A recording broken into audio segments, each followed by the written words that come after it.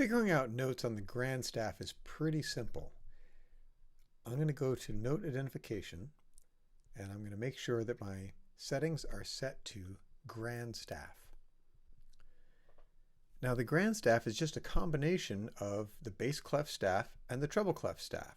So if you've practiced your bass clef, you know that this note is C. I'm going to answer by clicking C. Now I have to jump to treble clef staff, and the view has not changed.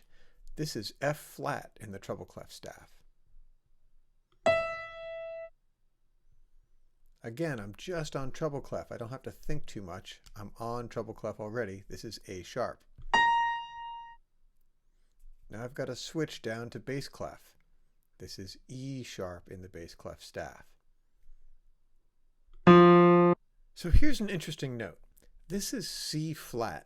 They call this middle C right here because the note that is on this line would be A. The note that is on top of that line would be B. This is C. Now there's a flat sign in front of it, so it's actually C flat. But this line going through this note between these two staffs is middle C. The next note up, that is the ledger line above bass clef staff, is D. And the last space below this E line would be D in the treble clef staff. So middle C is your friend.